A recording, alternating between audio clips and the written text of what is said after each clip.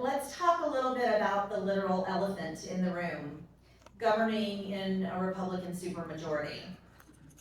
If elected, you would be one Democrat in a Republican supermajority.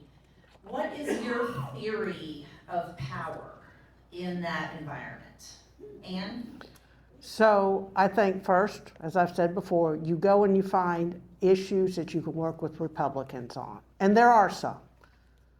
And then I think there is a point where you have to stand up, even though you know you're in the minority, and say, this is wrong.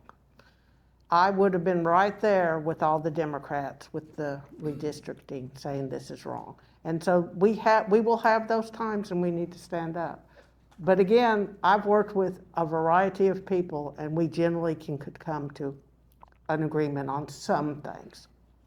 Okay, thank you. Kelly, same question. I think the approach is three-pronged. First of all, as Anne mentioned, you go for the things that you can find common ground on. Get things done. There's plenty of good legislation out there that do share broad, across the aisle support.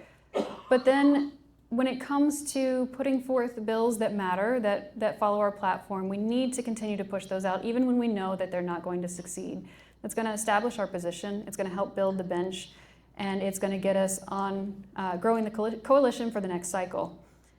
We also want to, third, force floor votes, which means getting all the state reps, all the state senators on record on their positions on these controversial bills. That can then be used to help us contrast as we run again for office. And finally, what we need to do to make sure our bills are successful is to make sure we're focusing on describing what our bills are accomplishing, avoiding labels, keeping the language clear and concise so that they can stand a better chance of success. Thank you.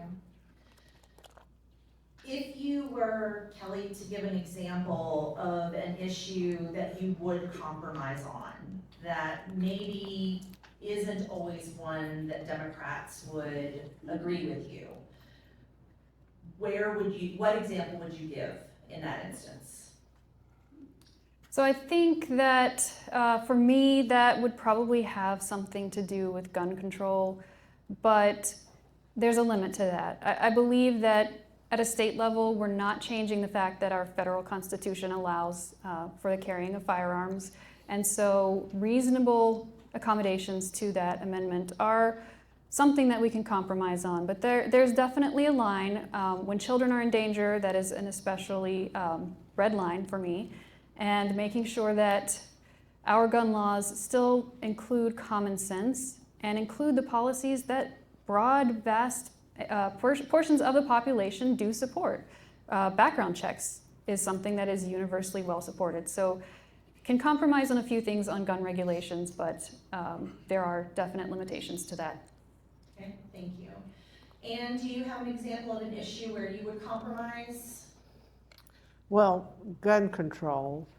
I thought about another one and it's already left my mind. Gun control is the big one. I mean, I think common sense gun control is where we need to go. I've never shot a gun. Y'all ought to be worried if I try to go buy one and probably get an ERO out on me. But so I think that kind of stuff is what we need. Okay, thank you. All right, we are